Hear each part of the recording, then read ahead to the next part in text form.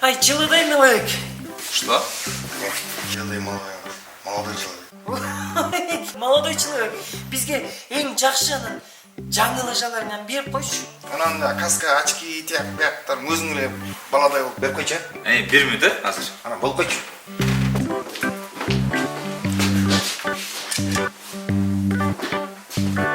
Түрт катыр. Ай, түрт өтпейм. Сөңгүр. Ай, Жора. Ай, сен лыжа кийбей эле койсоңчу. Неге? Ай, өзүңдүн бутуң эле лыжаң кандай болуп турбайбы?